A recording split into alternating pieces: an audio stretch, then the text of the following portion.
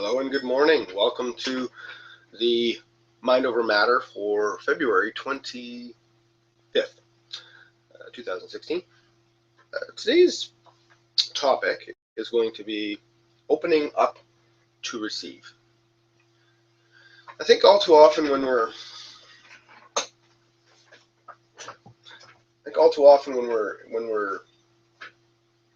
in a position where we're being forced to learn new skills,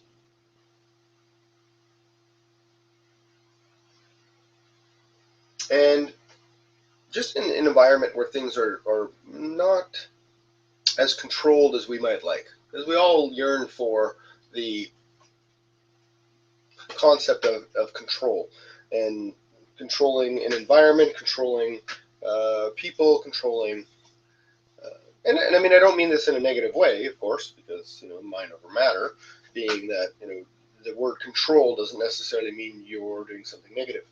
It just means that you don't have. It's, for instance, you don't have control over anything other than how you, in any situation, and how you react to the situation personally. You don't have control of the other side of the equation. And whenever you're working in an environment, whether it's at an actual job or just in your own personal life or hobby or recreation, if you're faced with a situation where you don't control the entire equation, you have to take a step back. And that's where being open to receiving is critical, because you have to have the capacity to understand the other side of the equation, although it isn't formed in your own thoughts. Having that capacity greatly increases your chances for success. It greatly increases your chances for and your capacity for having people understand what it is that you are trying to accomplish, what you're trying to say, how you're trying to say it. The received message is infinitely more powerful. It goes back to a lot of times we hear people who have success and who have gone on to do great things, that they remember where they came from. And I think that the big part of that is being open to receiving the lessons and the feelings and the place in which you were at when this all took place. Because I often find that people who refer to, I don't forget where I came from, they kind of do sometimes. Because they forget about being open to receiving the negative feelings that might be connected with where they came from. I had a great experience this morning in a group situation where we're listening to others speak, and a couple of speeches were done, and one of the people who was speaking shared from a very, very vulnerable place. Without getting into too much detail, they were able to provide us with a very strong piece of where they came from, with a very strong connection to how they felt, which to me was infinitely more powerful than somebody just telling me that they used to, live in a cardboard box, or their life was terrible. They had no money. They didn't know where they were getting their next meal. Things like that. Those things are definitely character building, and they definitely have a big piece of the person's story. But I think that sometimes the disconnect comes when you block out under the idea that your mind is over the matter, right? You're getting over the situation that you're in, and you're getting over where you came from. But you should never forget. Like, the past is not someplace where you want to go live, but it's someplace where you definitely want to visit once in a while. And the reason why you go back there to visit is because there's things there that you need to remember. Open to receiving the lessons, the emotions, the power of what you came through to get you to where you are now. How I relate this to, the online internet marketing world is fairly simple. There are, I would have to say, the large majority of the people that I deal with, sometimes on a day-to-day basis, there are people who have either A, never done any internet marketing whatsoever, or B, have done some and have had some very limited success or some colossal failures. All three of those people, no experience, never done it before, colossal failures and limited success, all have the one thing in common, is that they don't have developed skills. That's all it is. There's no magic button. There's no fast track. There's no secret backdoor shortcut. There's none of that. It's all skill development. Take a professional athlete. They don't end up playing professional sports until they're, the super, really, really super elite, which is like less than 1%, less than a 0.5%, the super, super elite, they might play in their late teens. But let's just say the majority are looking at professional sports careers in their early 20s. When did they start practicing? Probably at the age of 5, 6, whatever, maybe a little earlier. But we're talking 15 years of practice, 15 years of training, 15 years of skill development, 15 years of repetition. Take Paul Birdsall, for those of you who are familiar with Global Online Franchise, and the work that he has done with Global Online Franchise, and his is not a secret. But he too spent, I think his own admission is it's about 20 years, 15 or 20 years, in this position where he's learning. Spent thousands and tens of thousands of dollars learning.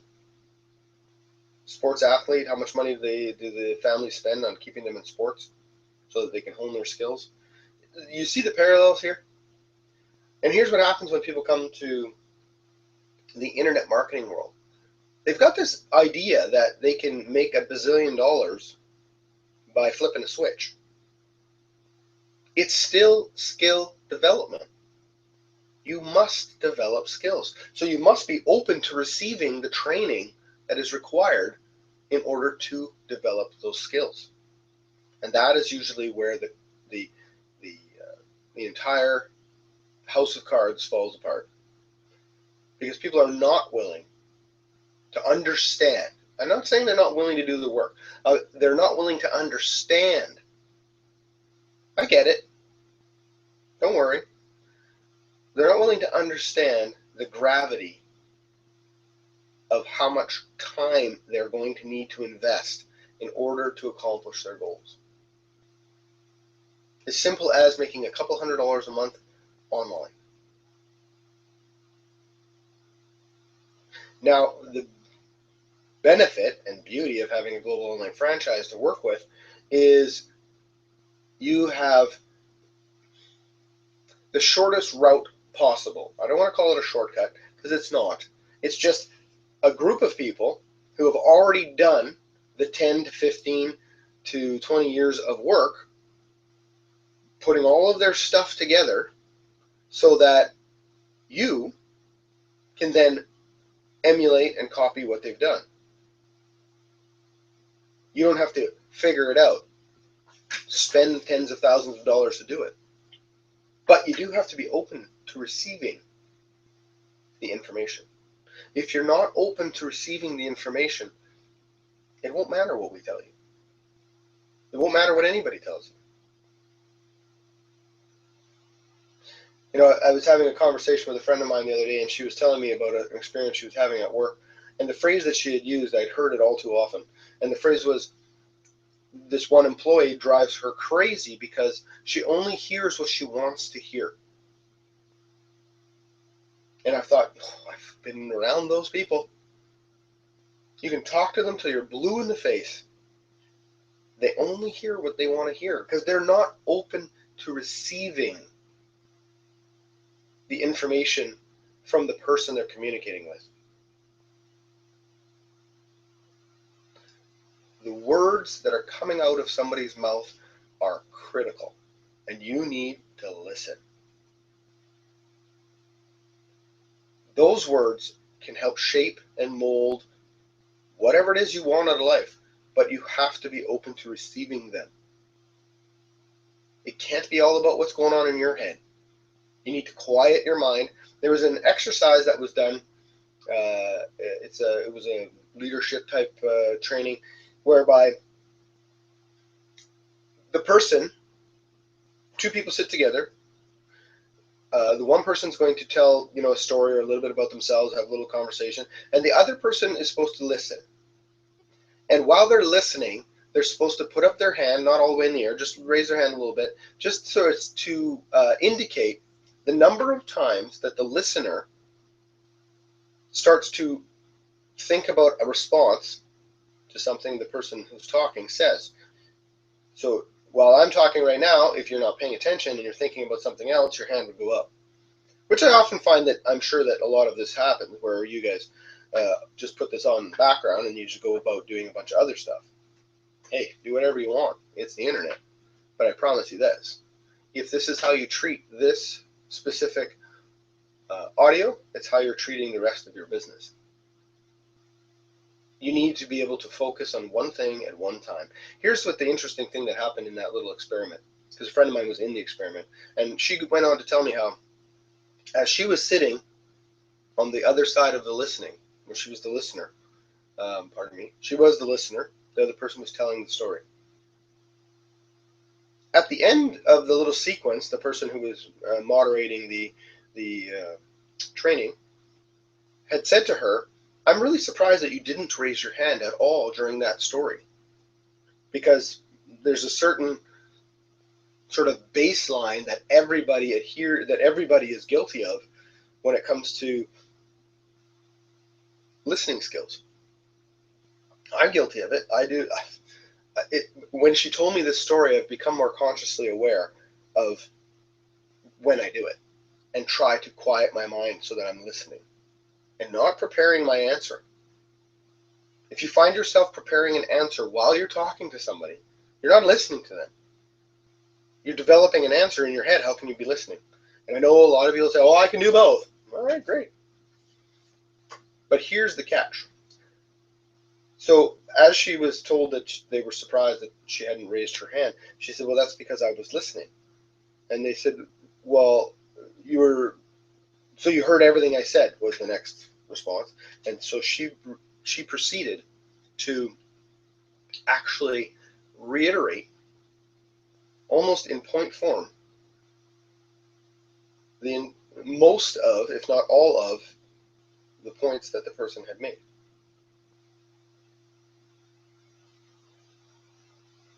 The person looked at her and said, I don't think I could do what you just did. And then we wonder why we don't hear each other, and there's misunderstandings, and we're constantly running around like chickens with our heads cut off because we have no direction and we're focused on 5,000 things at once. The exercise is to listen, not answer. When it's your turn to speak, perhaps, if the conversation has gone in that direction, you might offer a response.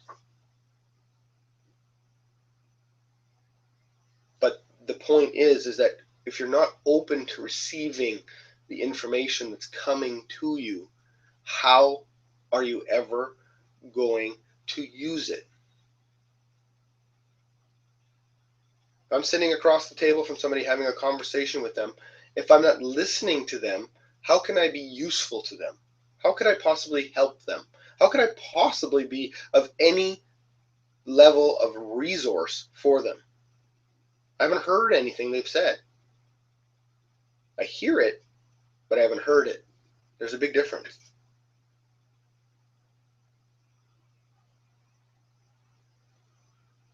Ever notice how certain quotes and certain things that you hear, some of them long, some of them short, you can recite like that. They just come off the top of your head. They flow off your tongue like you wrote it yourself. Because in those moments that you've been receiving that information, because it's probably something you're passionate about, you hear it. And you heard it. It's in there. It becomes part of your file system. But when you're in a conversation with somebody, or trying to read whether there's something else playing, or and read, when I'm talking about, if you're reading for leisure, do whatever you want. But if you're reading a textbook, or a book like Think and Grow Rich, or The Magic of Thinking Big, or any of these kinds of books that challenge the way that you think and the power of your thought, you might want to be a little mindful and in the moment, open to receiving the information. Because if you're not open to receiving the information, it doesn't really matter what the information is. It'll go in one ear and you got it out the other. You got to be open to receive. I hope you guys all have yourself a great day. Get out there into the world and be open to receiving new information and new ideas. Take care now. Bye.